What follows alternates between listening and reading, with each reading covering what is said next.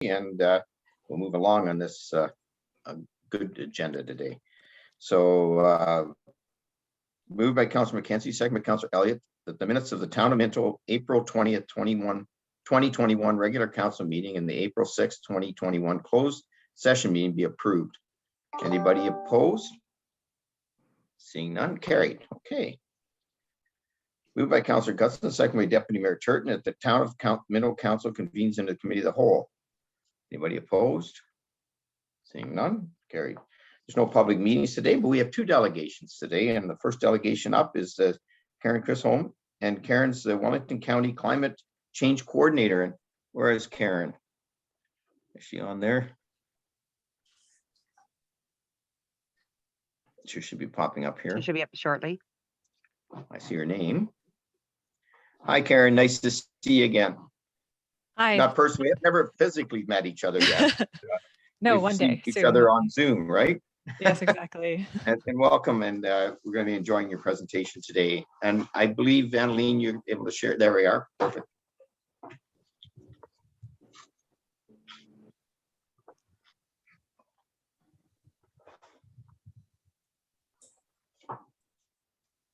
Okay, great. I'm so happy to be at Minto Council today.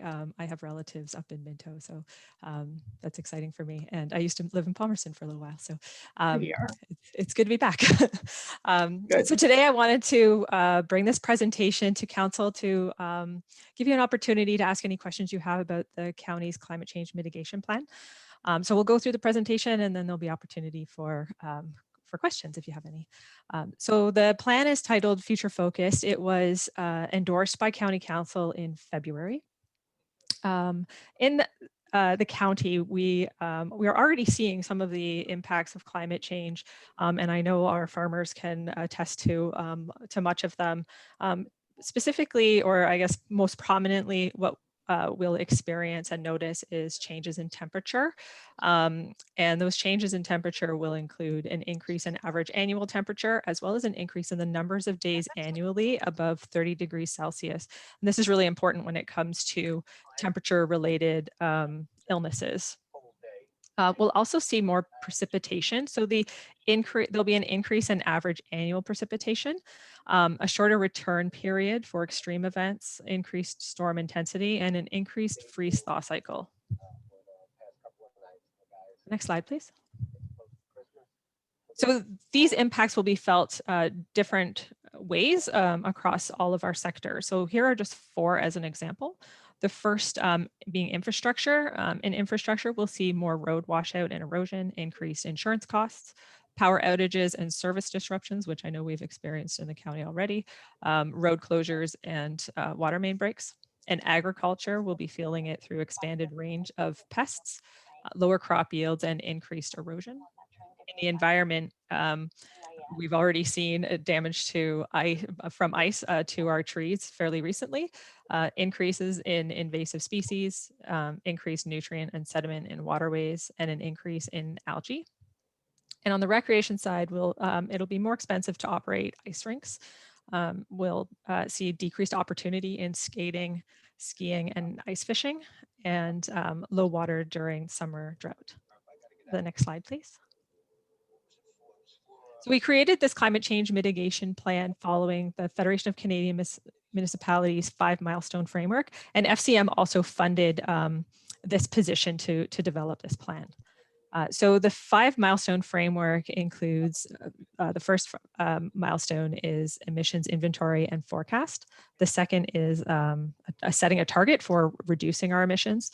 The third is developing the local action plan. So this is what was completed through this funding. And now we're just getting into milestone 4, which is implementation. And milestone 5 is monitoring, which will take place sort of as we go and complete our implementation. Next slide, please.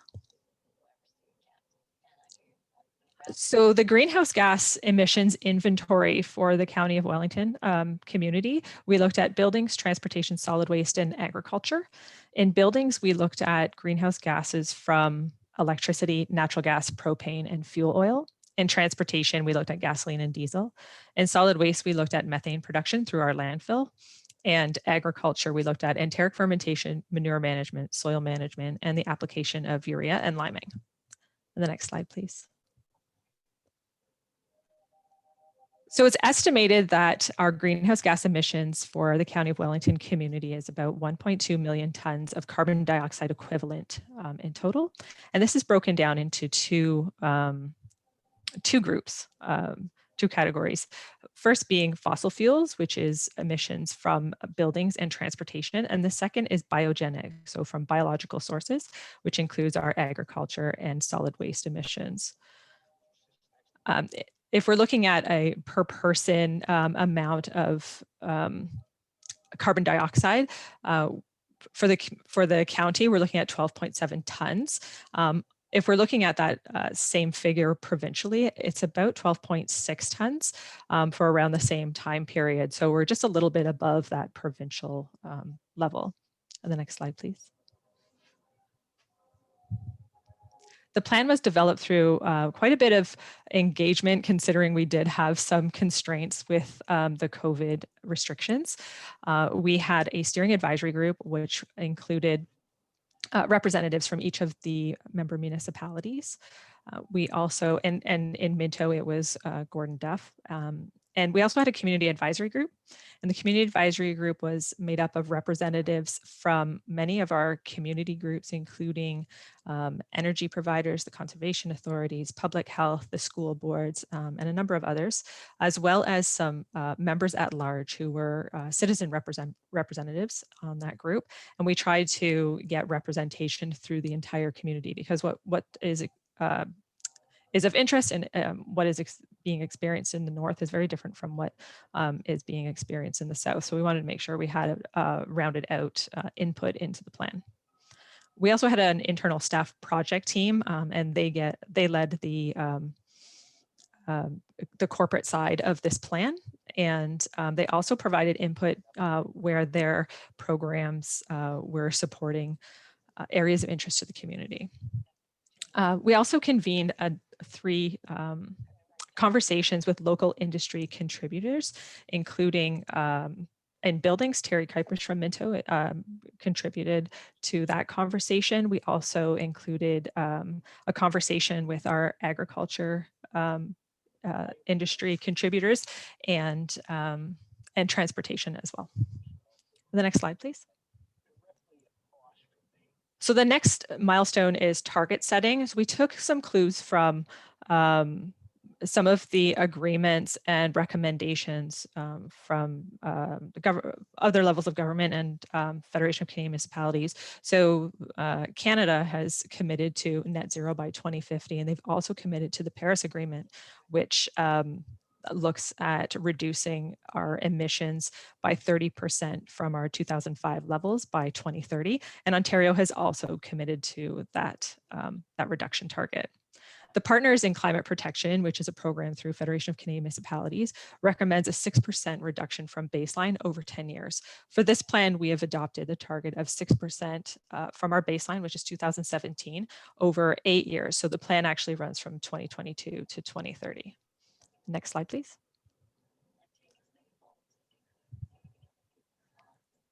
So there are a number of recommendations in the plan, and here I've just tried to condense them a little bit, so to some of the key big moves that are recommended in the plan. So in transportation, the focus, particularly in the short term, is going to be a transition to electric vehicles. And this is really focusing on some of our light duty vehicles because we don't have clear solutions yet for diesel and heavy machinery. In buildings, we're looking at developing a deep energy retrofit program for existing buildings. And I'm currently working with the City of Guelph to get some information from our local industry to see what's happening there and what some of the constraints and barriers are to adopting deep energy retrofits to existing buildings, including our homes. We're also looking at green development standards for new buildings. So this will help the development industry go from where we are right now with the Ontario Building Code to where we expect to be in 2030, which is net zero buildings. And in agriculture, we're continuing to partner with Smart Cities, which has many programs that are helping the agriculture community create these circular economies, which is going to reduce waste. But also there's a lot of shared interest for climate action in those opportunities as well. And we'll continue to support things like the Rural Water Quality Program and the Green Legacy Tree Planting Program, which are already doing work in that area as well. And solid waste, we'll continue to implement our solid waste services strategy. So I believe it was last year or the year before, I lost track of time a little bit. We've introduced the organic green bins to curbside pickup, and we've also helped our contractors with curbside pickup convert their fleet to compressed natural gas, which is supposed to reduce emissions from their fleet by about 15%. The next slide, please.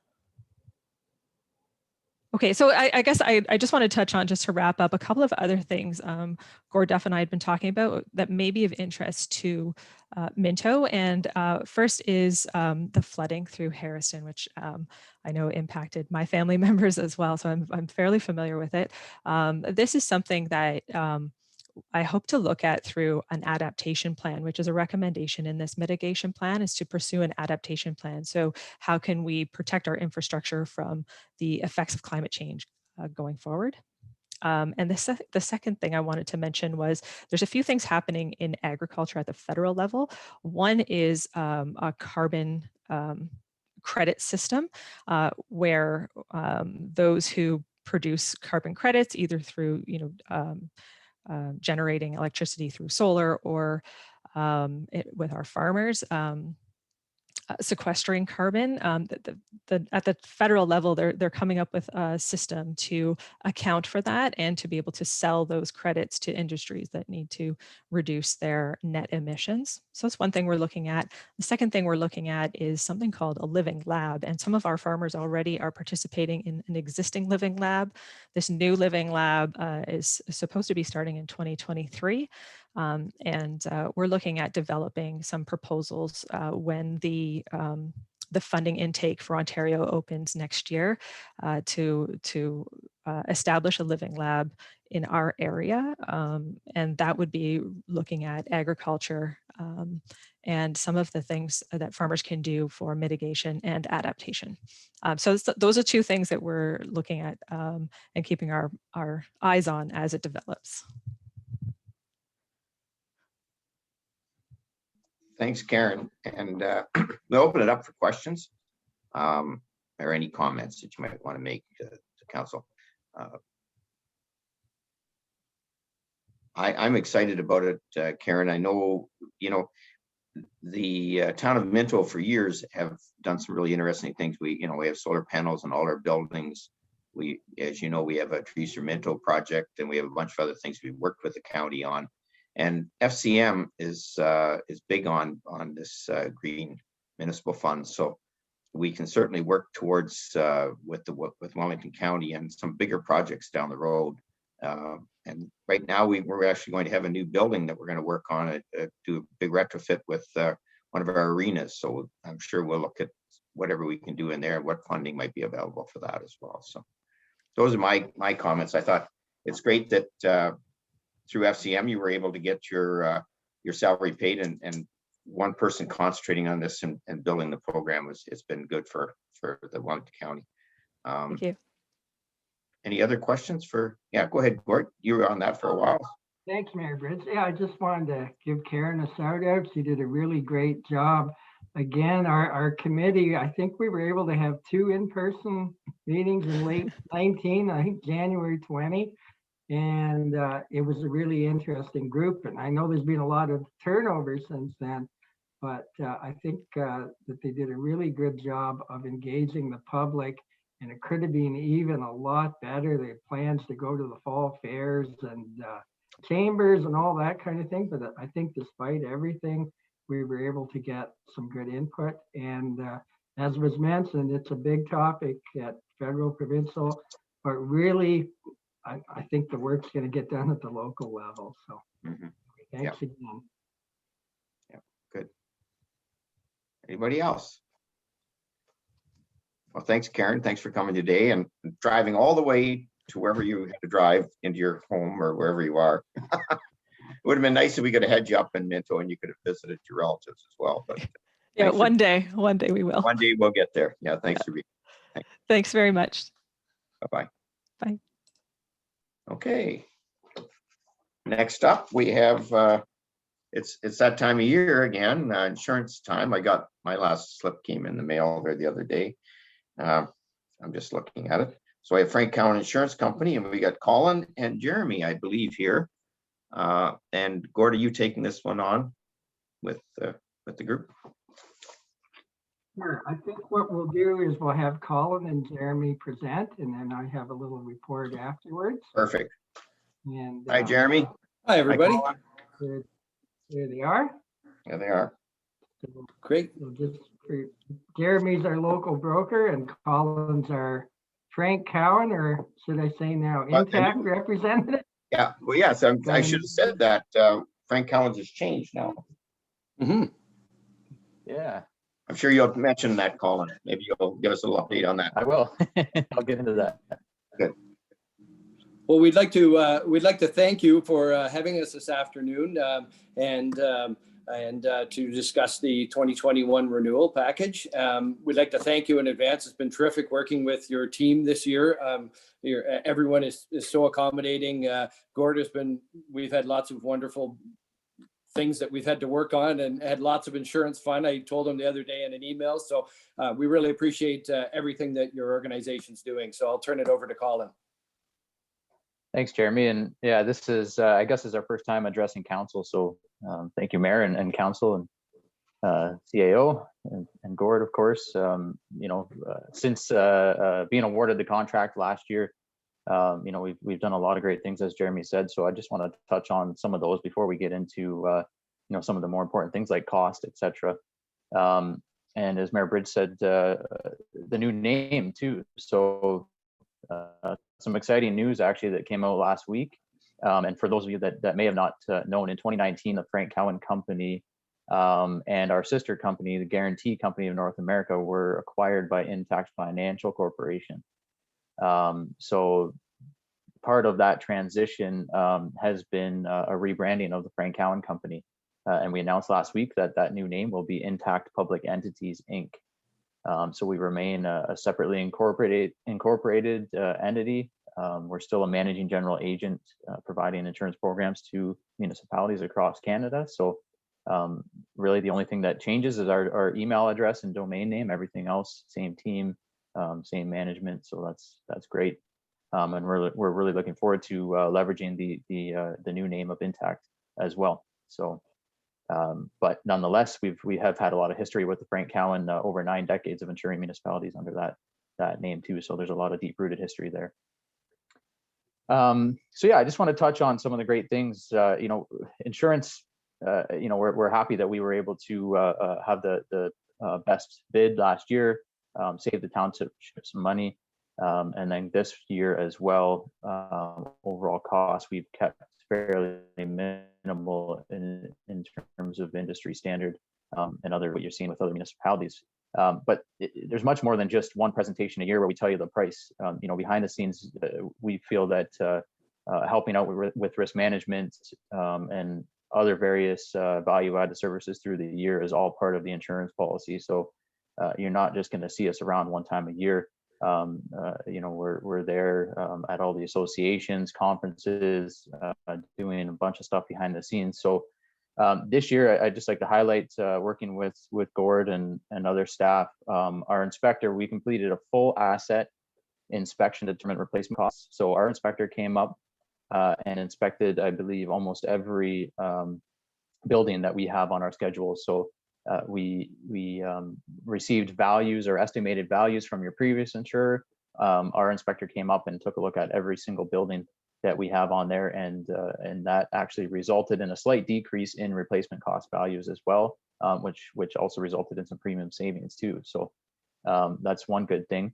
And another thing, while he was there, he did some hazard inspections of sidewalks. So your risk management and liability with respect to sidewalks. And he made some recommendations to staff there as well from what he observed Mind you, it wasn't every sidewalk, but he did inspect a few and had a few recommendations there. And we also, throughout the last year, we've hosted over half dozen virtual seminars, mind you, the various staff have attended. So anything from topics of liability with respect to COVID and the pandemic to road liability, you name it. We've had a number of seminars with respect to insurance topics that municipalities would be of interest. And I know Gord has attended a number of those as well. And then we've also done a numerous contract reviews and worked on numerous issues with Gord and Jeremy throughout the year too. So I'm very pleased of what we have accomplished in the first year, and we're looking forward to many more. And then I just want to move on to the cost this year. So there's really been no changes to the core program. Your coverages remain the same. And this year we're really still in the midst of a hard market. So you would have seen the onset of that last year. You guys went to tender or put out an RFP to receive bids back. And it was kind of evident at that point too that the hard market had taken hold, and that really has been brought on by a lack of capacity or willingness for insurers to take on certain types of risks. And municipal risk is very specialized. There's a number of factors that have resulted in that hard market, such as increased claims costs, joint several liability. You hear all the time. That is certainly one of a multitude of factors. I wouldn't say it's the only factor, however, but it does certainly contribute to it when joint and several liability is the component of a claim. It's not always every claim where joint and several may come into play too. So you have to remember that, but it certainly is a big factor. And so there's only a limited number of insurers that are willing to provide municipalities insurance in the province. And this has all resulted in increased rates starting in about early 2019, I should say. So with that said, we're looking this year at about just under 10%, I think 9.9% of an increase over last year's term. And the biggest impact we're seeing is general liability premiums, and that's where you're going to have the biggest claims. That's where your trip and falls, your road liability, those types of things, occupiers liability on the premises, that's where those types of claims fall, and as well as auto liability. So we're seeing auto rates impacted more this year, and those are primarily the two areas where you're going to see the biggest increase on the policy. But with that said, I think this year has been over the past year has been fairly quiet on the claim side of things for the town, which is very good. And I'm happy to say under 10% is one of the best increases. I wish I wasn't saying the word increase, but that we have seen, especially in the county. So I'm happy to have been able to deliver that. Great. Thanks, Colin. And I guess maybe at this point in time, let's open it up for questions. Anybody has any comments or questions? And I will look, see anybody's hands up. I just want to mention, Colin and Jeremy, when I saw the under 10%, that was good. I mean, I hate to say increases is good, but certainly I've been a few other situations where I'm on boards and other committees that our insurance costs went up a lot more. And it is tough. You talked about third-party liability or joint liability. We're still waiting for the government. I thought this government, that was going to be a top priority. We haven't seen it yet. I keep working on Randy, and Randy knows he's the one that brought it private members bill almost to the point at one time, and it never made it to the final. But yeah, I just want to say that we keep working on it our end as far as that goes, because I think it has to be a better playing field on that. But as you say, it's not necessarily where it's going to save all the costs to the industry itself.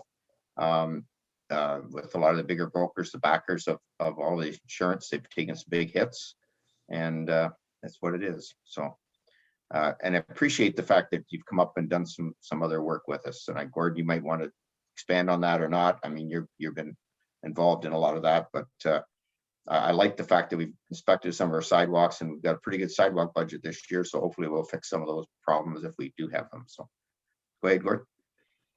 Yeah, thank you, Mayor Bridge. Yeah, doing that inspection program, it's a good review for us too. helps a bit with asset management because it gives you another tool for fair market value of what is our replacement cost. And we have a lot of buildings and equipment and property and everything. And yeah, it's been great to work with Colin and Jeremy. As I say, we're a high maintenance client because it seems like mostly third parties are asking us for certificates of insurance, or we run across a situation that it's not black and white and we have to look at it. But no, it's all been good. And the rest of the staff too. I think we have that culture of trying to, be good risk managers and participate in training and work safely. And I know we've got a good health and safety committee too, and that all helps too. But it's a rough environment, and if you like, I can refer to my report. Basically, I'm saying that we should approve. Yeah, I can actually do I'll do the thing for you, Gord. Moved by Councillor Dirksen, second by Councillor McKenzie, that the Council of Town Minto receives the Treasurer's 2021 Insurance Program Renewal Report and approves the renewal. Anybody opposed? Carried. Thanks, guys. Great, thank you. Good day. Thank you. Yeah, stay Thank safe. you. Thanks, you guys. Thanks. Bye-bye. Thank you. Bye, guys, ladies.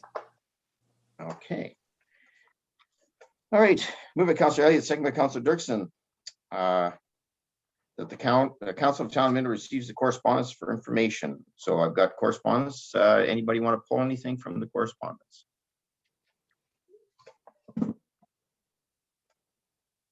Okay. Anybody opposed? Oh, sorry. I see Councillor Elliott's got his hand up there. Go ahead. You're on mute.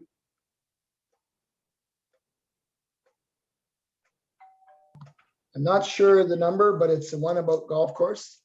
G.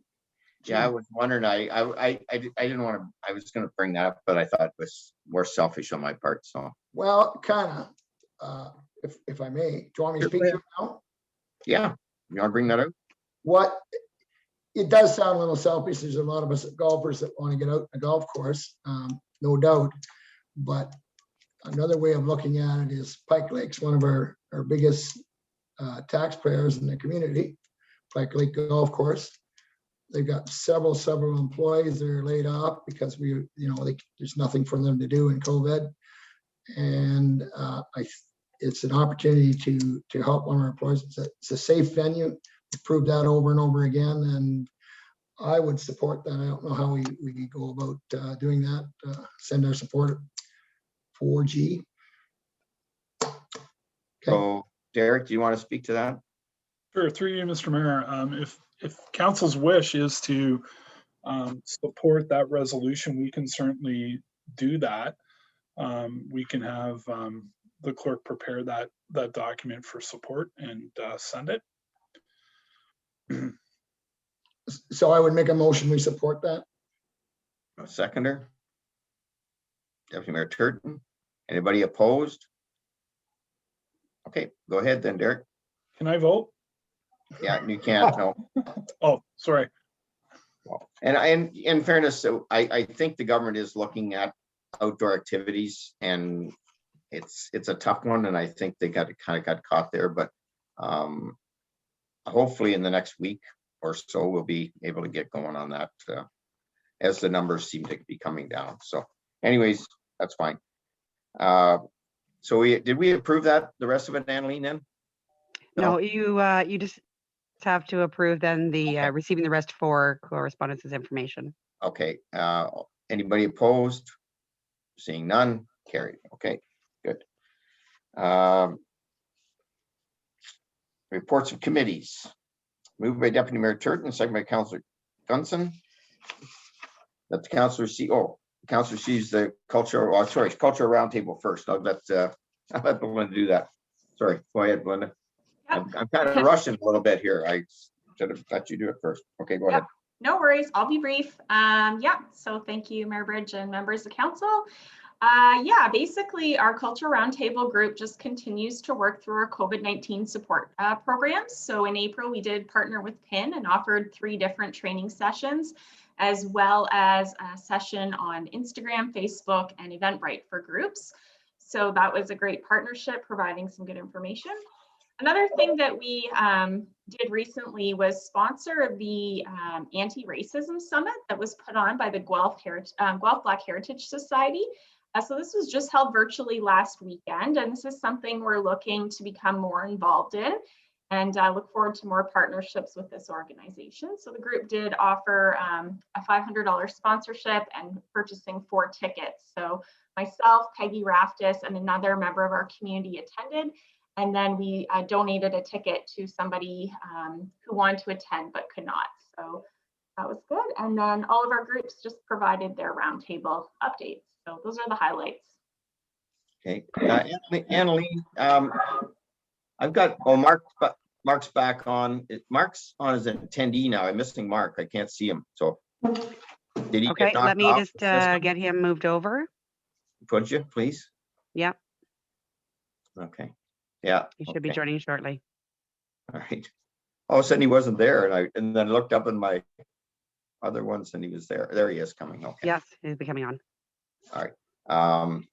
Yeah, and I just want to say what a great group, and they've been hard pressed to stay as positive as they possibly can when most of their stuff is done, like events and things that they really get excited about and want to do, and yet they've been there for the cultural groups and the committees, and I think some good work has been done there. So thanks, Belinda, for that group, and pass it on to Peggy.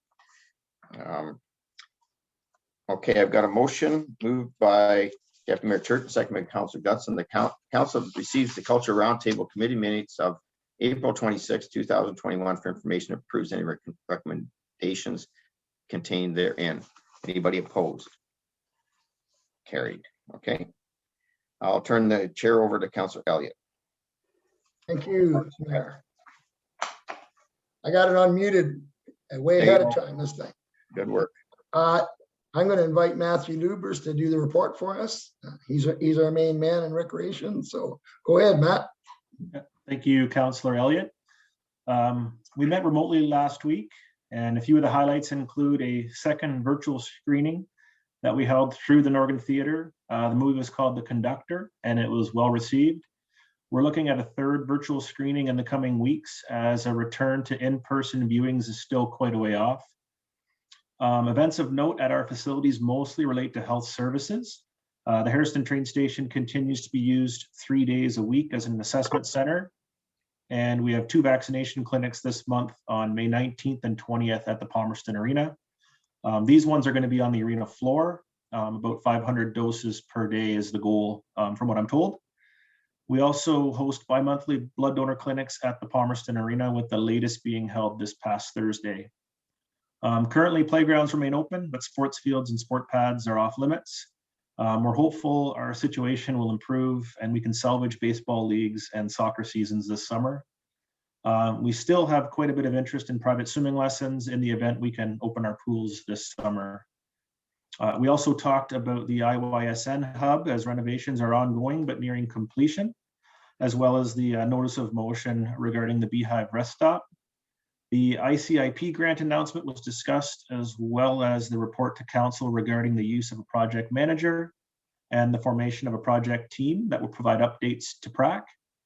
Lastly, we reviewed the commemorative tree and bench program documents that have been prepared by community services and town landscape care staff.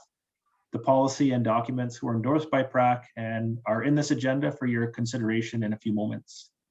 We plan to meet again on May 31st, and that's all I have at this time. Thank you. I'll read the motion and then we'll ask questions. Moved by Councillor Gunson, seconded by Councillor Dirksen, that the Council of the Town of Minto receives the Parks and Recreation Advisory Committee minutes of April 26, 2021 for information, and approves any recommendations contained therein. That was our anniversary that day in a way. So she was glad that I was doing something. Okay. Any questions? Not about the anniversary though.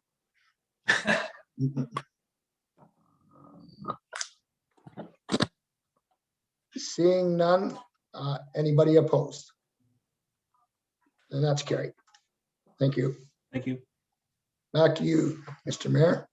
you, Councillor Elliott, and I'll turn it over to Councillor Dirksen for now, and she's assuming this chair.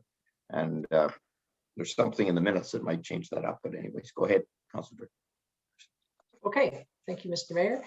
So we have a couple items now and then another one a little bit later. So I'm going to call on Paul Judge to present the minutes of the Minto Trails Committee.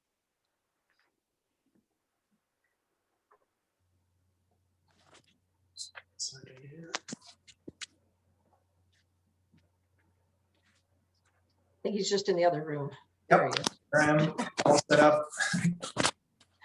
Good afternoon, Mr. Mayor and members of council. Good to see you. I'll try to make this brief. I have a bad habit of running away with the microphone here. So we were able to meet remotely again, the Trails Committee in April. That was the second meeting we've had so far this spring. I presented them just a report on some of the things that I've seen in scouting the trails this spring. So just some tasks that we want to be on top of, some cleanup. One of our members from Harrison, Jill Welsh, who's definitely a force out there as a representative of the Trails Committee, she put forth the suggestion, which unfortunately doesn't work for us for this spring because of the COVID measures, but she's looking at doing an Earth Day or a month of April cleanup in the future that we could maybe make into a bit of a social media type contest. So that's something we're gonna entertain going forward in 2022, just to get the members of the public involved in that sort of thing too and doing their part. Some of the other highlights that we looked at on that agenda was the commemorative bench and tree policy that I'm going to speak to in a few moments, which that group was in favor of.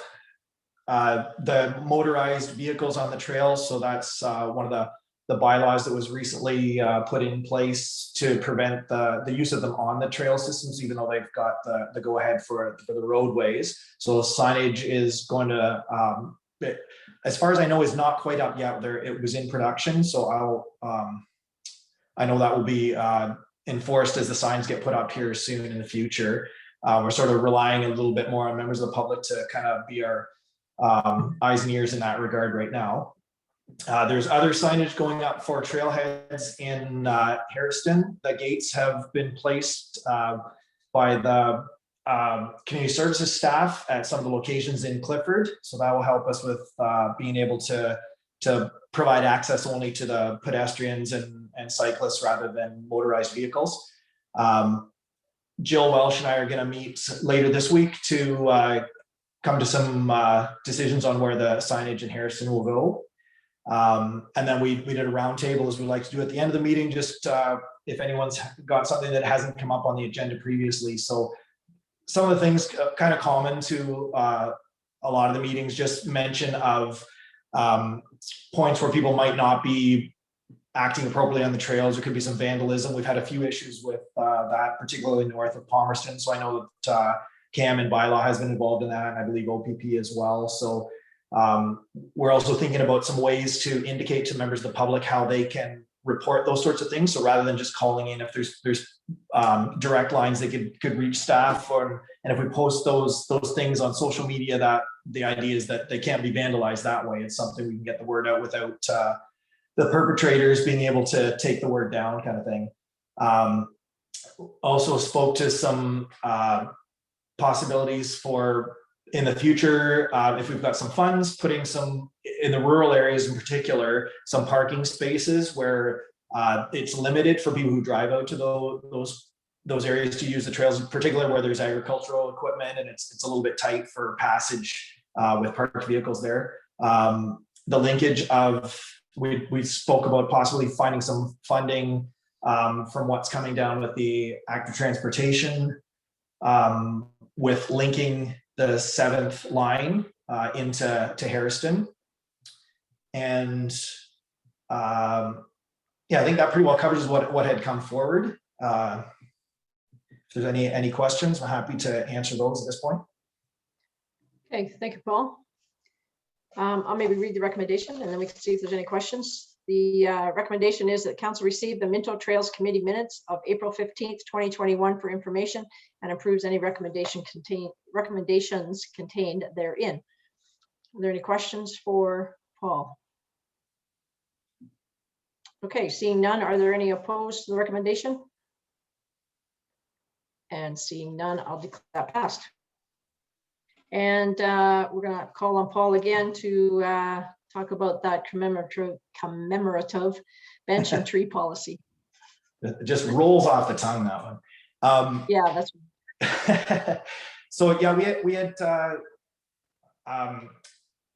sort of decided to go forward with this concept, just in that there's, from time to time, there are people who approach the municipality for wanting, myself, I've been involved with some trees that have been planted in the parks, just to commemorate someone who's passed.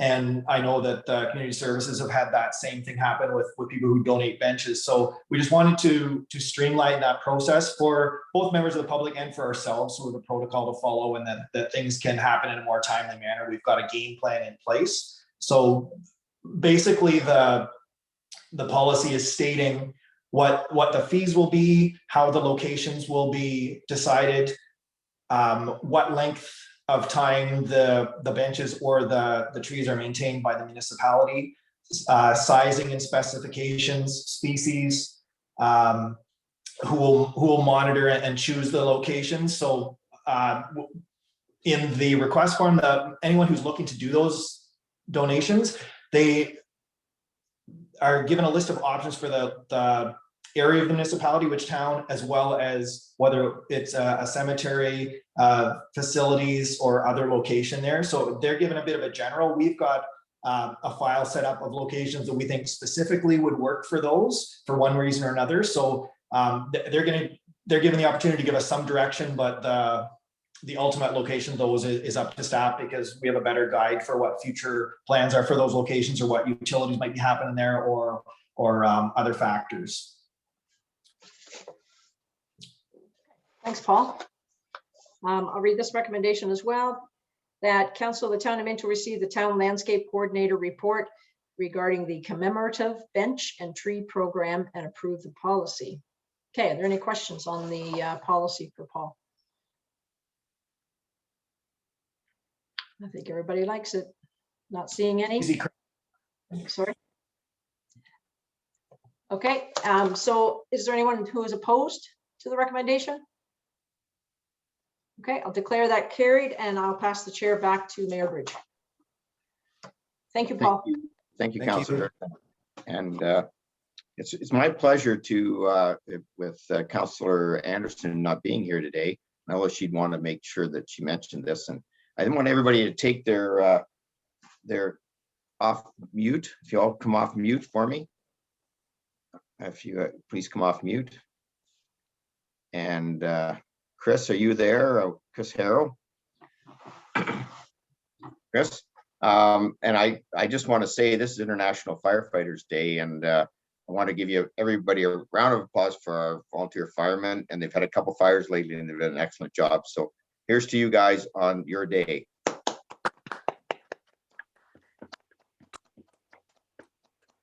And you have a report. You have your quarterly report. What a opportune time. You timed that perfectly for that. Yeah, I wish I could take credit for that, but no, I don't time that. Anyways, go ahead, Chris. Thank you. Yeah, no, it just Quinn can lead through it. I won't go through it word for word, but it's just what we're trying to get with both departments is just have a quarterly report that comes up and just gives you an idea of what happens in each of the quarters, and keeps you up to date on what we're doing. The couple things I'll highlight, the completed projects. The Clifford renovation is actually one of the projects we've actually been able to, because the contractor's been kind of married to that project. So he's just about got it finished, but it is a pretty good renovation there that's going to benefit us huge. We're actually going to have showers and proper washroom facilities in that building, which was very much lacking. So for our decontamination, that's going to be great. So now we have that done, and they're also going to start changing the cladding on the outside of the building. We had a lot of leaks in the outside of the building from different signs and different things that have happened. So they're going to put some new steel out on the outside of the building that's going to match the library beside it. So that will make that area of Clifford look really, really nice and kind of blend in together. So, and just not much to tell you with training because we keep getting shut down with training. We're not doing any in-person training. So at this point, we're looking so forward to getting back to that because it's getting tougher and tougher to not do that. So, and not everything else in there is as is. I'll take any questions if anybody has any questions from the report. Questions for Chris? Mainly a comment for me, Chris. When you can have a grand opening of the Clifford one, I'm sure you guys would cook up some hamburgers for us and stuff, and we'll probably have an opening down the road, I assume. We would be more than happy to do that. The firefighters have reminded me many times how many wing fries and how many awards nights and that I owe them still. Yes, so we'll make sure that we cut a ribbon and do it up well. And again, just thank you very much for all your work. I love the quarterly reports. It's great. It gives you some stats and kind of gives you an idea, and also gives the public an idea just what's up and what's going on. So it gets out there. Well done. Sure. Thank you. I'll pass on to the team your thanks. I appreciate it from everybody at council. Moved by myself and seconded by Deputy Mayor Turton, the Council of the Town of Minto receives the Director of Fire Services report dated May 4th, 2021 regarding the first quarter update as information. Anybody opposed? Carried. Thank you. Now I got Quinn. Quinn's going to do a little thing on work from home policy. Who would have thought, Quinn, that we were going to have to figure this one out? And it's apropos that we're doing it because as people are going to hopefully come back, partly back to regular workplace, it's going to be interesting to see how different organizations handle a possibility of continued work from home for some people because of lifestyle and the ability to do some certain things. So I'll turn it back over to you, and you have a good report there. Take it on. Yeah, so it's pretty simple. I won't take up too much of your time. Wellington, North, and Mapleton have both already passed a similar report. As Mayor Bridge kind of alluded to, everybody's kind of going this way. It'll be easier for us because we do now all have the ability to work from home, as we've proven over the last year. So it'd be a fairly simple process to continue on once everyone is eligible to go back to the office. If you'd like to continue working from home a couple days a week, you would go to your department head, you would sit down with them and go through the sort of self-assessment questionnaire to see if your job is one that you should be able to continue to do from home. If your department head agrees, they would take it to our CAO, who would be the ultimate sort of approval for that. There are provisions listed in there for any type of issues that we can revoke a work from home agreement, ergonomics. So we've tried to think of pretty much everything that would keep us, I don't even know what the word would be, keep us, I've lost it. Anyway, we tried to think of everything to put in the policy and make it pretty comprehensive so that everything's kind of covered. So yeah, other than that, if there's any questions, I'd be happy to answer them, but it seems like a fairly simple process. Okay, thanks, Quinn. Any questions for Quinn? Excellent. So I have a recommendation here by Councilor Dirksen, seconded by Councilor McKenzie, that the Council of the Town of Minto receives the coordinators, legislative and human resources services May 4th report regarding the implementation of the work from home policy for information. Anybody opposed? Carried. Excellent. Turn it back over to Councilor Dirksen for through you, Mayor Bridge. Sure. Just and further that council approves the policy and directs staff to implement a work from home program. Sorry, didn't receive Probably that. on the next page. All right. Yeah. No. Yeah. You're right. Okay. Again, anybody opposed? For the pickup there, Annaline. Okay, good. Passed. Councilor Dirksen, I'll turn it back over to you. Okay, thank you. If my internet cuts out, Mayor Bridge, you'll have to pick up the pieces because I've been kind of in and out during that last report. But I did want to say, great report. I've been looking forward to seeing a policy like that. So anyways, we'll see whether or not we can get through this. So we have the Allen Street tender results, and I'll turn it over to Mike McIsaac to present those to us. Thank you. So yeah, the reason for this report is the tender results for Allen Street East from Main Street to William. And with this project, it would entail the replacement and extension of the water main to provide a bit of redundancy and security there, as well as the road, curb, storm, sidewalk, and to formalize the on-street parking along with the actual municipal parking lot in that location as well. We did receive 4 tenders, with the low bid being Reeves Construction, limited amount forest. Is there any questions with this project?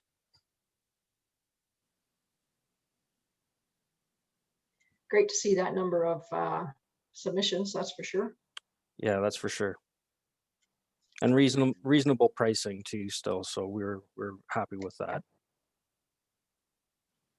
Okay, I'm not seeing any questions. So I'll read the recommendation. The Council of the Town of Minto received the report from the Roads and Drainage Manager dated May 4th, 2021 regarding the Allen Street East tender results, and further that the Council of the Town of Minto awards the contract to Reeves Construction Limited for the total price of $355,598.76 plus HST.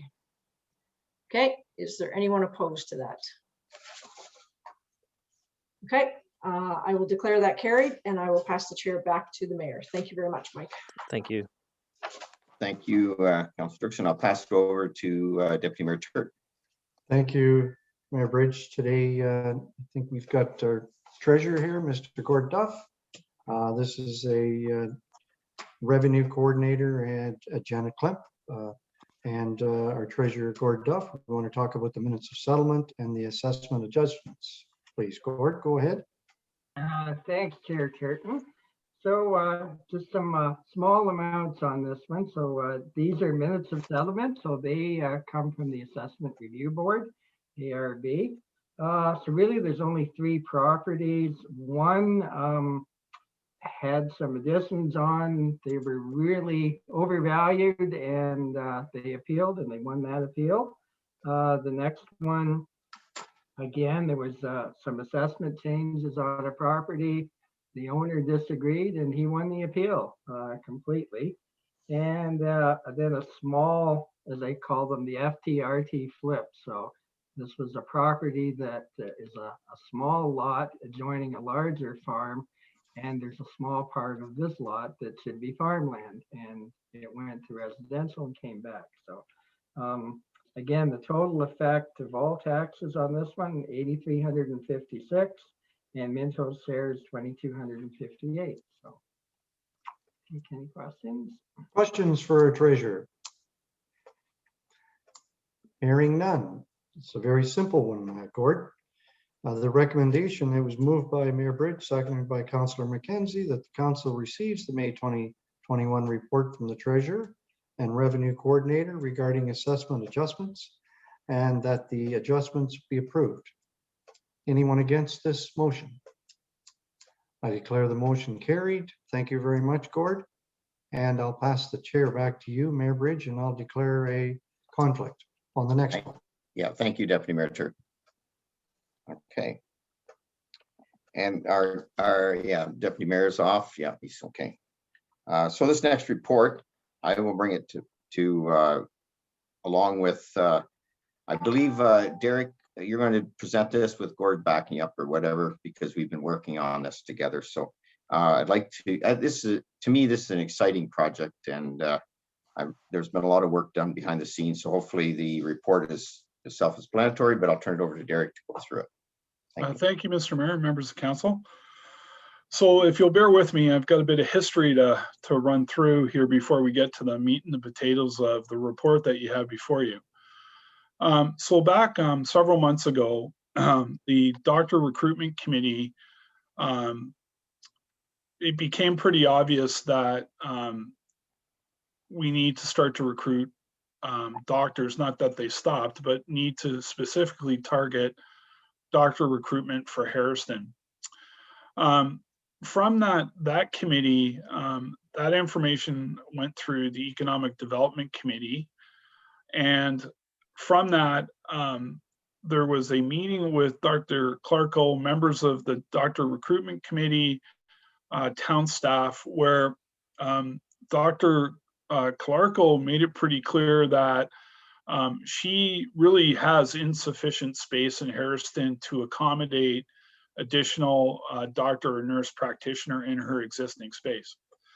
And Shelley also made it very clear to us that they had a potential physician available, but unfortunately we had no space available in Harrison.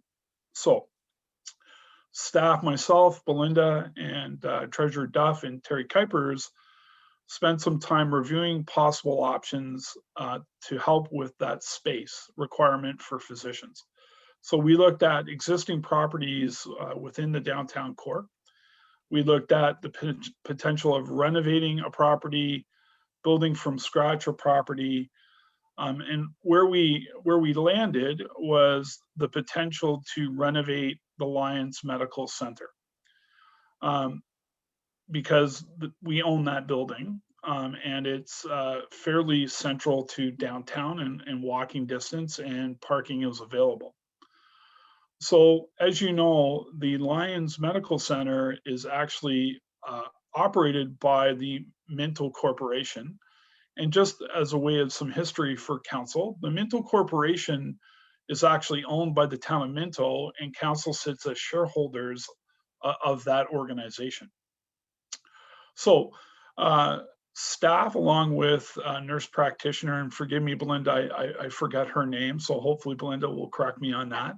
Chantel Thank you. Koslak. Yeah. Chantel Koslak, Shelley, Terry, myself, and Belinda worked through a preliminary design and functional design for a potential expansion and renovation to the Lions Medical Center. That is an expansion of roughly 1,150 square feet. So because it's run and operated by the Minto Corporation, a report was presented to that board, which that board endorsed. And the sort of the nuts and bolts of that is that the corporation will hold the mortgage for the renovations, which will be paid back once that space is leased or rented out. And then the report before you from council is really endorsing the financial commitment of $10,000 into the operating budget to moving that forward. So I know I've been a little bit long-winded on this, and I'm sure council has some questions. So I think at this point, Mr. Mayor, I'd be happy to turn it over to council for questions. Sure, that'd be great. Thanks for the update, Derek, and how it got here. So, okay, councilors, questions? Ron. Just a couple of comments. You know, I think it's a great idea that we bring doctors to our community. It looks like Harrison. I'm a little concerned. There's a couple of things I'm concerned about. I'm just hoping to defer it until I get some more information that would, maybe you guys can give me that information. I would really like to see a commitment from our local hospital that they agree to this. I'd also like to, and then something in writing or somebody in person to represent them. And I'd like to see something in writing from our recruitment committee so that I can process this. It's great. I'm sure you've written it all down, but if we're talking $500,000, I would like to see something in writing that this support is there before I push forward with this. And I'm sure it's there, but it would be important for me to at least see it in writing. And I'm wondering about, instead of boring altogether, if we dealt with, if the hospital endorses this and it's something that the hospital needs, possibly the hospital foundation would be involved in supporting us with funds. I'm pretty sure they gave $1 million to the Palmerston one. So there would be money available if they thought that that was something that the hospital wanted and needed. And I'd like a financial business plan of some sort so that I can actually look at where we're making the dollars, where it goes and such like, and I'm sure Gord could put that together for us. And that's, I'm not saying I'm against it. I think it's a great thing that we bring doctors. If we can support our recruitment committee by finding another doctor, or a nurse practitioner and bring it to our community, it's probably needed. But when we're talking that kind of money, these are kind of things I want. I don't think it's a undue thing that we'd have to have. And at that time, I'd recommend we defer it. Now, I don't know whether you want that as a motion right now, or do you want me to wait till people are done? Why don't we wait, Ron, until we have all the discussion first, okay? Certainly. And maybe Derek, Derek and Gord, I kind of think I know, but I'll let you guys talk about it. Remember, this isn't the town, it's the corporation that's actually doing this. Go ahead, Derek. Can you? Yeah, thank you, Mr. Mayor. And unfortunately, I'm a bit of disadvantage. I may turn it over to Belinda to give us the history and the relationship from the doctor recruitment committee. And I think you can do that. Yeah.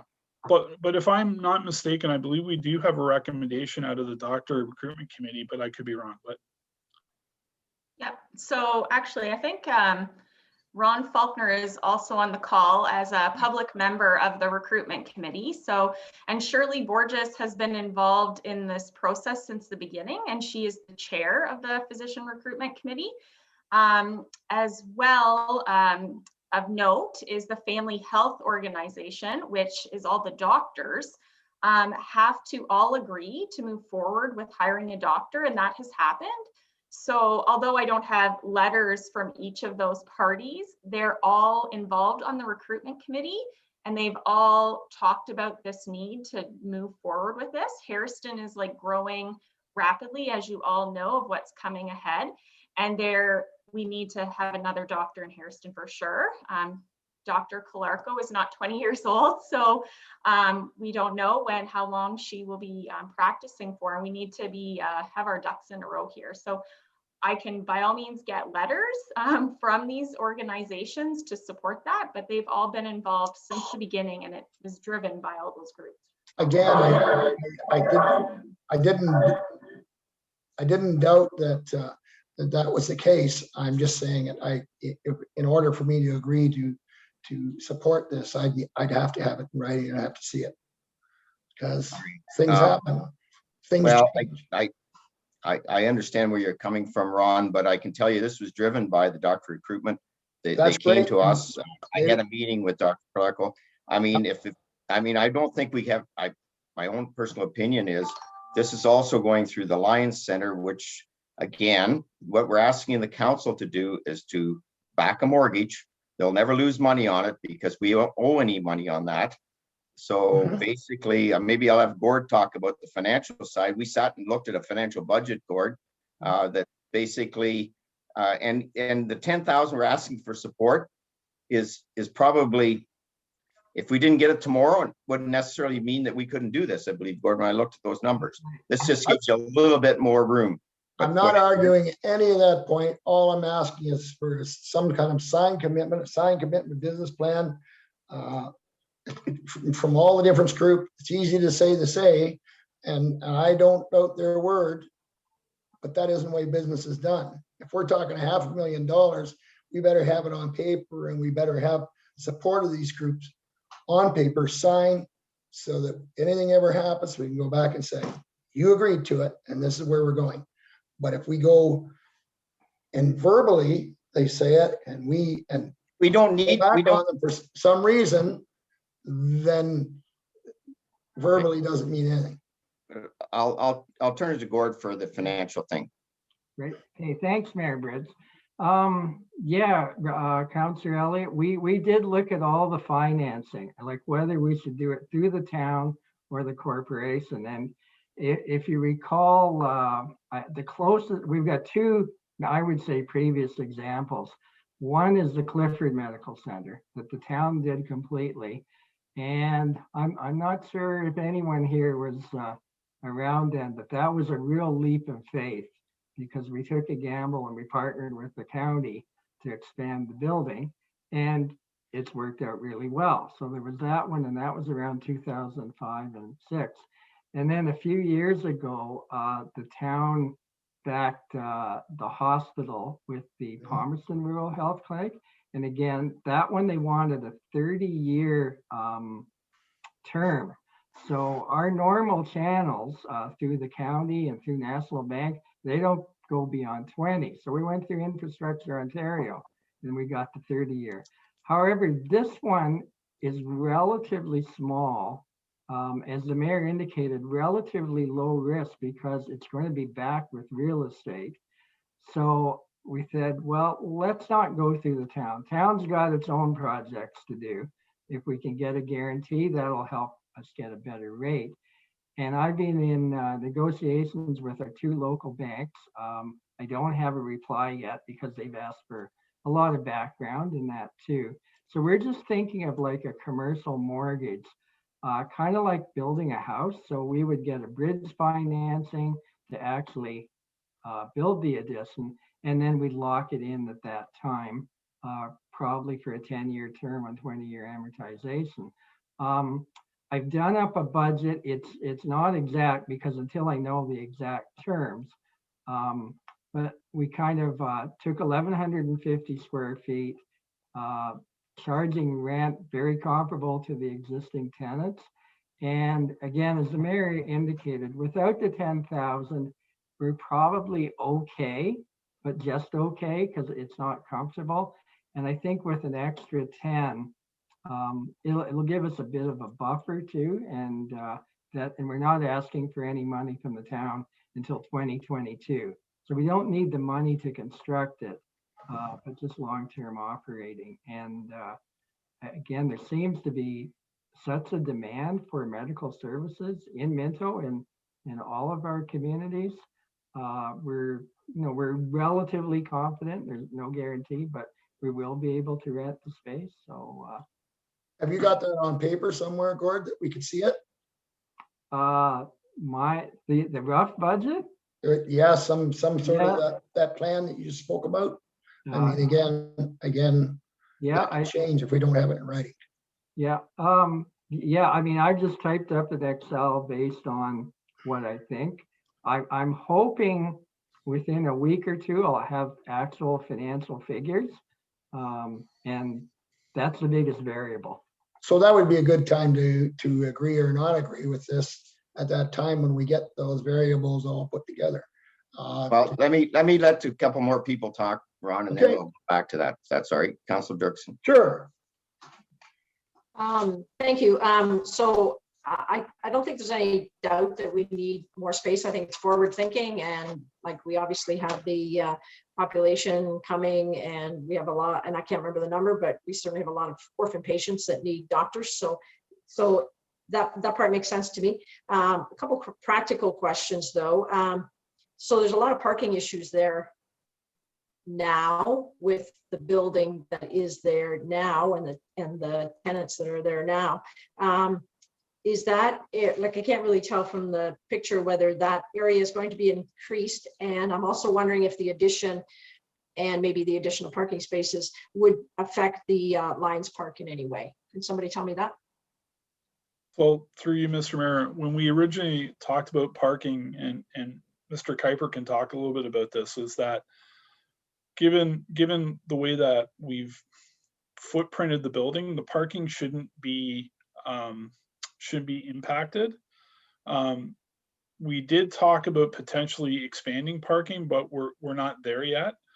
So we're continuing to look at parking, as we talked about some other options, but we're not there yet. But we didn't think the parking was going to be an issue. We talked to the people that are renting there now and made sure we got input from them as well.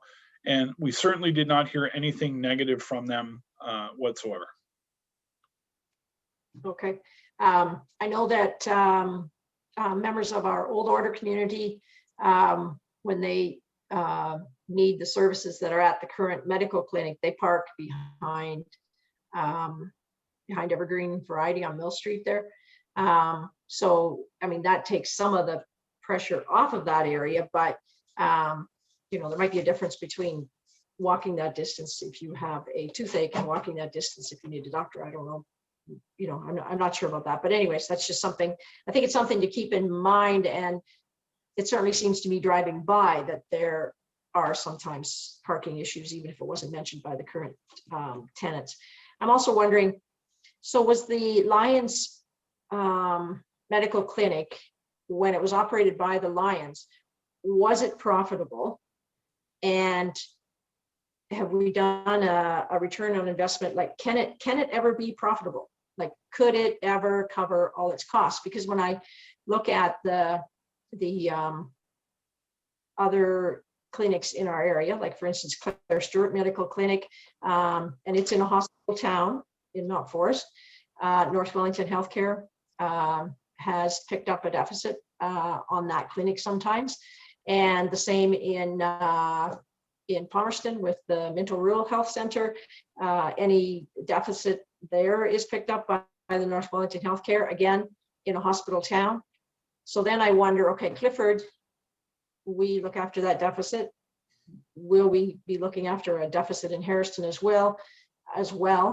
Drayton, I don't know about the Mapleton Clinic. Does Mapleton pick up a deficit there on that clinic? Like, can these ever be profitable, or at least revenue neutral?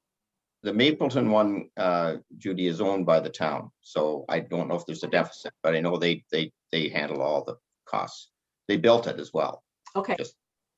Yeah. Yes. Okay. But I wasn't Gord sure can, because there's all these little idiosyncrasies. Yeah. Gord can answer like. Okay. And yeah, that question. Sure, Councillor Dirksen. So again, yeah, you might remember the last few years. So the existing clinic, let's forget about the addition. Yes, it's profitable. It's very similar to the Norgan, profitable, but the Lions Club was struggling towards the end. So that building was neglected. And if you recall, the town did lend money, which I still hold as a receivable, to fix the roof, trim the trees. There were drainage issues. There was a lot of things like that. And that's kind of part of why I'm thinking of putting a buffer. I'd like to have enough money kind of to like be able to repay that loan and that. And again, our board, which is the mayor and Derek, Ron and Belinda, when we looked at the proposed budget, we think it can be darn close to break even with the mortgage and that. And these are market rates. They're probably relatively low, but I think they're fair. So we'll never run a deficit. We can't say that, but I don't expect anything large. And I think with the investment we've already put in the building, it's worth a lot more than 6 years ago when we took it over. And I think this will only add to it, again, at these costs. Eric. Thank you. Thank you. Through you to Councillor Dirksen. So absolutely, we don't want to run it as a deficit. We want to run it as a break even. But as you know, if things happen, things break, we don't have a graduated capital fund for that building at this time. However, what we do have is a lot of equity in that property since you've taken it over. So there's quite a bit of equity in that property. So if you were truly looking at it as a balance sheet item, you could probably say it's making money. But clearly we want to make it break even for sure. So. Okay, thank you. Judy, just as a 30-year banker, this is a no-brainer investment. I mean, the property's worth probably over $1 million, if not more. And we're going to have a $500,000 mortgage on it. And if we ever had to borrow against it again to do some more repairs, the corporation could do that. So this is what I'm saying. We're not asking. I understand where Ron's coming from, and I understand you want to be responsible from a financial standpoint. But because this is actually the corporation borrowing for it and doing everything and keeping it in a budget, that's why it didn't come the way it came to council. And from an economic development standpoint, I know Belinda will tell you, if we don't get some doctors and we don't have this, and Palmerston has one spot left. If they have that, I don't know if they still have that, Belinda, but yeah, like it's there is There is one pod left, and Yeah. they are recruiting for that. Yeah. And so we're going to need doctors to just to take what we're doing as far as growth. If you look at Harrison in the next little while, we're going to have 200 homes going up in there. Where are these people? They're coming from other places. They don't have doctors. And I really believe when they came to us with this project that they said, if we could get a place for the doctors, we could recruit the doctors. And I'm pretty positive the way Shirley said, she feels very confident that she's even got a couple in the mill ready to go, but we have to provide something. Otherwise, we will never get them because there's no place. We looked all over. There's no storefronts or anything that would work. So I think this is a great investment for the community, but that's just me. And I'm not at all afraid. I co-sign it myself if you want, Ron. I mean, this is a no-brainer. Anyways, from that standpoint, from a financial standpoint, I'm not worried about it. And I do believe the hospital, we never went to the hospital because the hospital is through doctor recruitment are saying they need more doctors. So I don't know if I need a letter from them to tell me that, whatever. But anyways, anybody else? Mark? Thank you, Mr. Mayor. There seems to be a lot of merit in this, but I'm kind of leaning towards some hard background stuff on this to justify it to the ratepayers, and there isn't any. What's the cost of the ratepayers, Mark? $10,000. Well, it's more than that. What is it? The corporation wouldn't get the money if the county or if the town didn't back them. Oh, right. I'm not necessarily sure that's the case. It makes it easier for us to go to a mortgage. Like, I'm not saying no. I'd like to see something more. Mark, I just want to ask you then, if worst case scenario, when that building became empty and we have a $500,000 mortgage on it, is the town going to lose money on that when it's worth well over $1 million? No. So I don't know where the risk is. That's what I'm saying. Well, okay. Another point that I've only been on here 2 years, and both presentations from the recruitment committee, not once did they say they wanted a doctor in Harrison. They wanted, and they were geared to recruiting a doctor for the clinic in Palmerston, or Harrison wasn't mentioned. So if they changed the tune, and that's what it is, I'd sure like to see that so we can support this. Is that possible to hear from the recruitment team and these health providers that we need this? Linda, go ahead. Other than the builder? So Shirley Borges is a member of our Economic Development Committee, which several members of council sit on. And she did raise this at several meetings as she's continued to hear from CBO Kuipers of the growth that is coming, which, to be honest, has come out of the blue in the last year and a bit. So Harrison wasn't on the radar until the last probably year. Yeah, and even still, even in Palmerston, that growth has been coming on in a short period of time. So you also have to get all the doctors on side with bringing in another physician, right? So that is a whole process. So the doctors all agreed that they need, once they saw the development that's coming here in a short period of time, they all agreed that they need to recruit another physician. So like I said, Shirley's the chair of the recruitment committee. Ron Faulkner's on the call.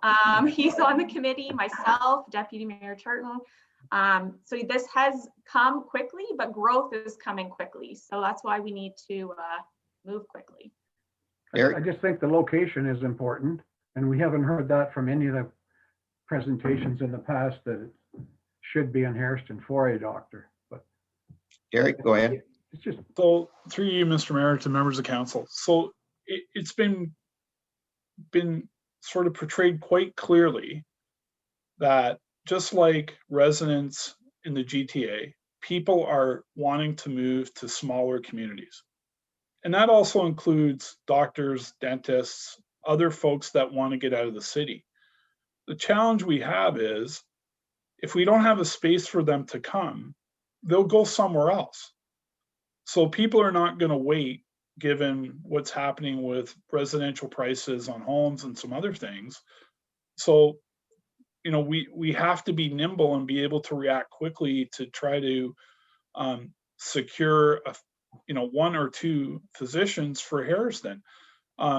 Council has seen all the growth plans, all the OPAs that we've approved this last year, and looked at the amount of growth that's coming. Well, with that amount of growth comes these kind of things as well, which is we want people to have doctors. And right now, it was made pretty clear to us by Dr. Calarco and others that there's no room in Harrison. And Dr. Calarco made it quite clear to me, and I only met the lady once, that her space is not ideal for a practitioner and a doctor. And I know Councillor Dirksen, you talked about parking. She also mentioned parking downtown was a nightmare for her clients as well. So I think I know I can hear what council's saying around the process, but we have to be nimble in these times, I think, of being able to react and be able to move things forward so that we can secure physicians for our community. So yeah, exactly what Derek was saying. Like Dr. Calarco came to us late last year, basically pleading that we need to do something in Harrison. She's maxed out and we're growing and we need to do something in Harrison. So she is really a driving force behind this. And remember, we had a doctor in the medical center and the doctor left and went to Palmerston. So in fairness, she is in a bad situation. So I look at it from the standpoint, we look after Palmerston, we looked after Clifford, it's time to look after Harrison. But if you guys don't want to look after Harrison, that's up to you. But I think we've got all the background's here and we can nickel and dime it. But at the end of the day, I don't know why we want to get going on this, because I really want to make sure we secure the doctors that this community will need going forward. Anyways. Ron? I haven't heard anybody say that I know of to say they're not supporting having doctors come to our community. That would be ludicrous. We certainly need doctors wherever we go. My point is, for $500,000, and even that small amount of 10,000, which means a lot, you give me 10,000 today, I'd be happy as hell. But even that $10,000, all we need is written confirmation, a business plan that we can actually look at, signed, maybe from your committee, some sort of commitment that you're going to be involved, so that when we back this and we can say, it isn't really costing us anything. What if something happens that you forfeited the issue and it doesn't pay, like me backing somebody on a mortgage? I have to pay and the town would have to pay.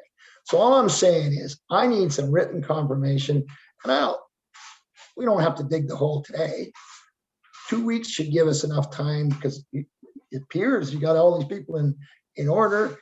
Get them to write a letter. Yeah, we are supporting this 100%, and Gordon's got a bit of a business plan put together now. Maybe finalize it, put a little thing. In 2 weeks' time, let's pass it when we see all that stuff written and signed. And I know as a banker, George, you wouldn't give somebody a mortgage unless you had them signatures saying, yeah, I'm going to pay it back. So that's all I'm asking for. It's not unreasonable. And I think that's all about being a good shopper. And if we do that, 2 weeks time, Belinda, you have everybody in line. Derek, you too, everybody's there. George, everybody's supporting you. Well, This council as a whole is supporting. Well, Ron, and I guess I feel somewhat upset about this, in the sense that I've given you my word. I've talked about it. Belinda said that's all there. Everybody said it there. I don't think we need to delay it to have a signature from everybody that's out there. That's my own personal opinion. I would like to call the vote, and I'll go from there. I would make a motion to supersede the vote. We defer it for 2 weeks. If I can have a seconder, that'd be great.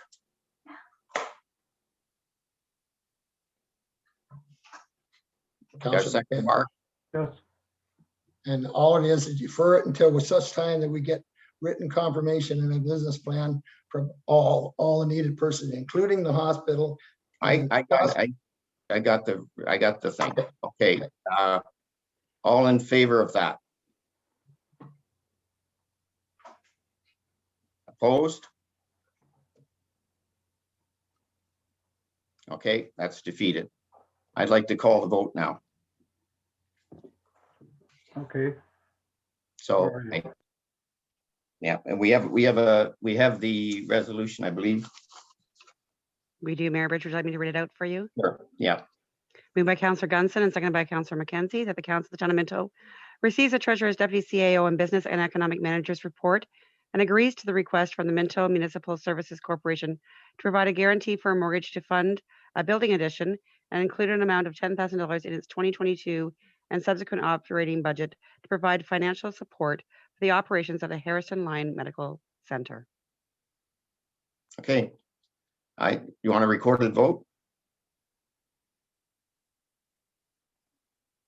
All in favor?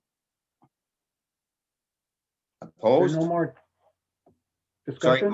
Mark, no, Is there any further discussion on the motion or?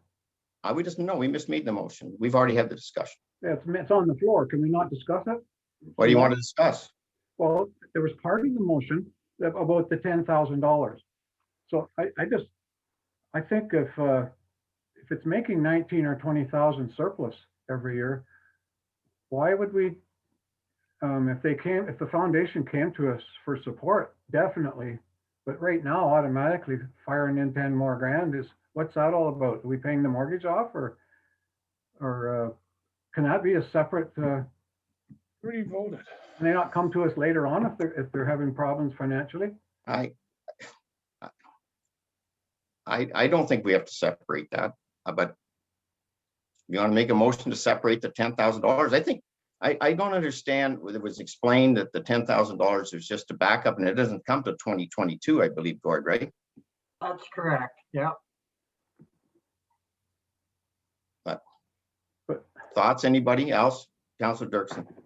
That would be my suggestion as well. I think you've well explained, the idea of backing the mortgage, and I don't know. I'm just trying to read people's minds, but I think maybe there's less of a problem with that than there is with the 10,000. And so, maybe if we separated it out, maybe we would have a little bit more support for it. All right, I have no problem separating it out because I don't think it's a big deal. So. But we don't need the 10,000 today. You said that. No, so what if we just took the first part of that mortgage and, of the motion, of the recommendation, and just leave the $10,000 sitting on the table just for now, and we can pick that up later. So you making that amendment? Sure, I'll make that as an amendment. Okay, and a seconder for that amendment. Derek, sorry, am I getting it wrong? I'll throw you, Mr. Mayor, and members of council. I just want to be clear about what you're doing with the second part of that amendment.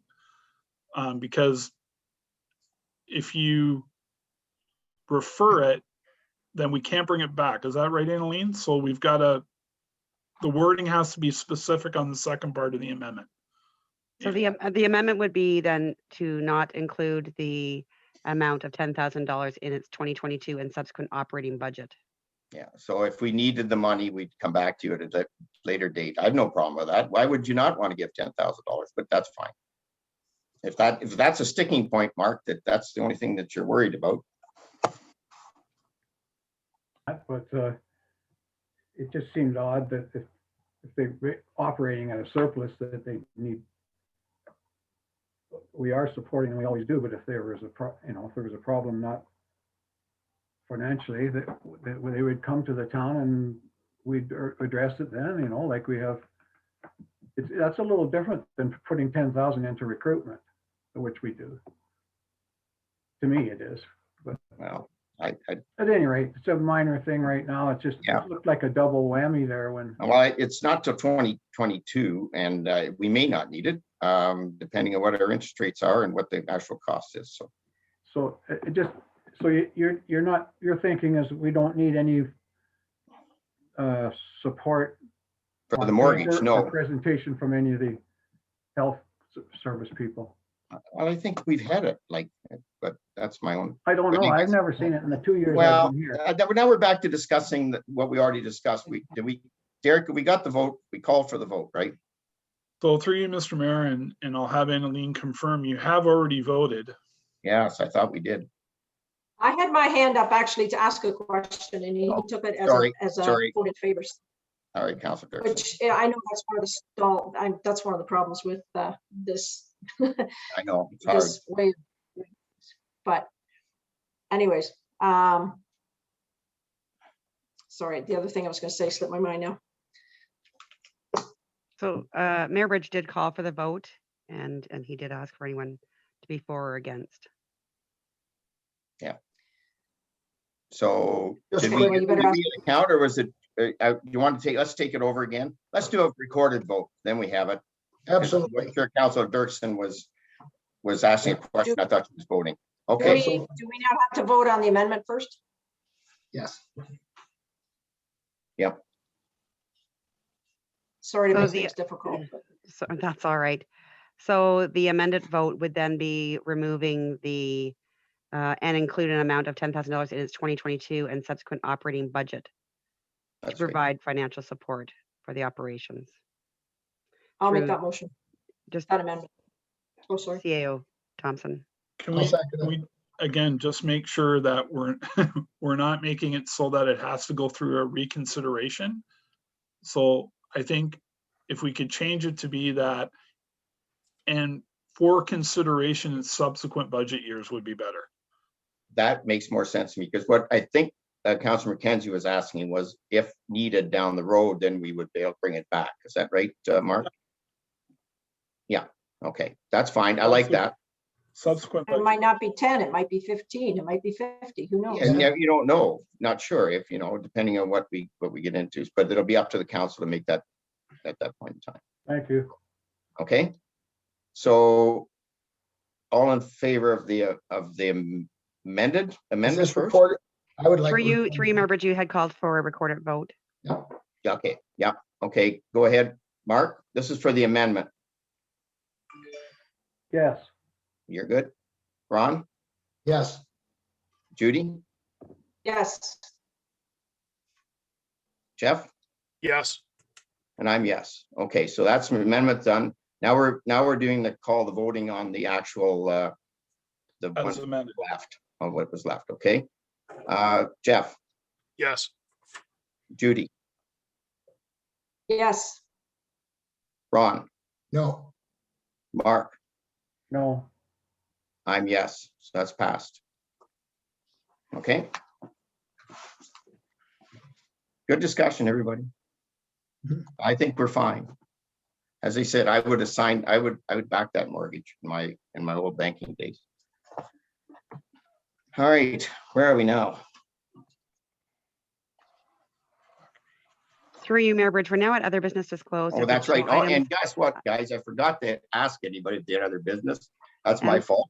Through you, Mayor Bridge, I do have an additional item for myself as well. Okay, so I'll open it up. Anybody that has additional business.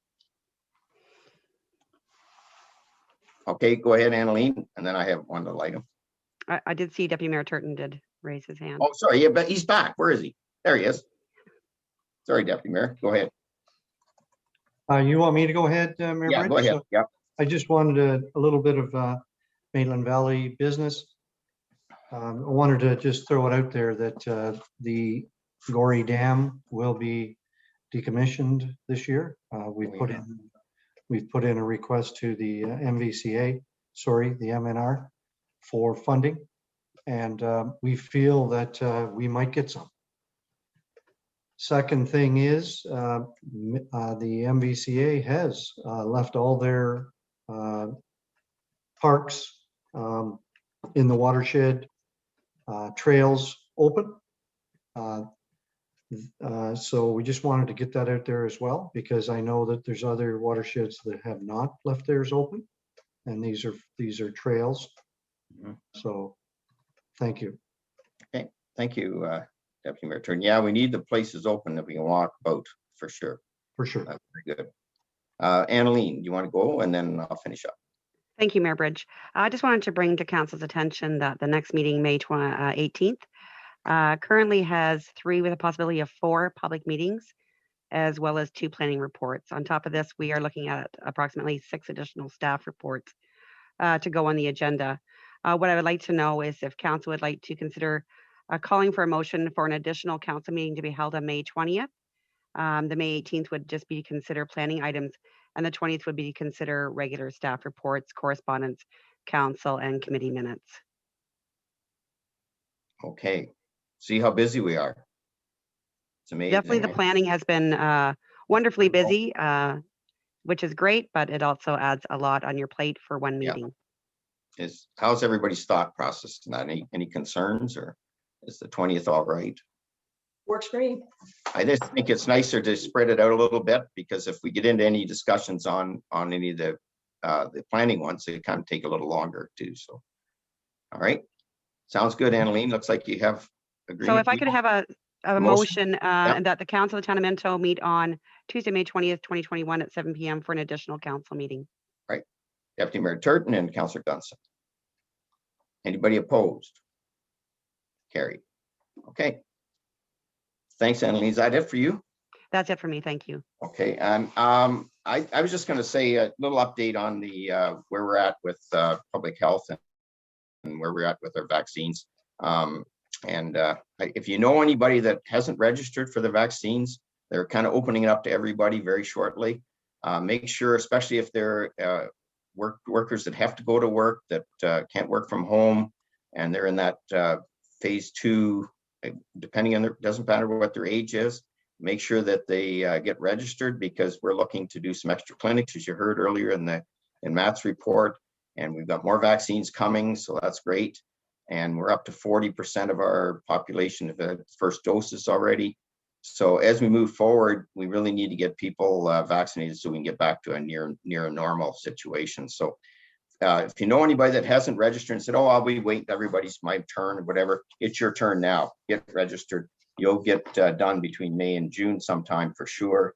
And more people get registered and get vaccinated, then we get the herd immunity, and then we can get to this end of this pandemic, which I'm getting sick and tired of, and go from there. So numbers are coming down a little bit today. They were down a little bit. We're only at 4 in Minto. The numbers in the province went down a little bit today, but we're not out of the woods yet with these new variants. And if you look around and you look on the news, you'll see that the variants are affecting our 20 to 30-year-olds and they're going in the hospitals.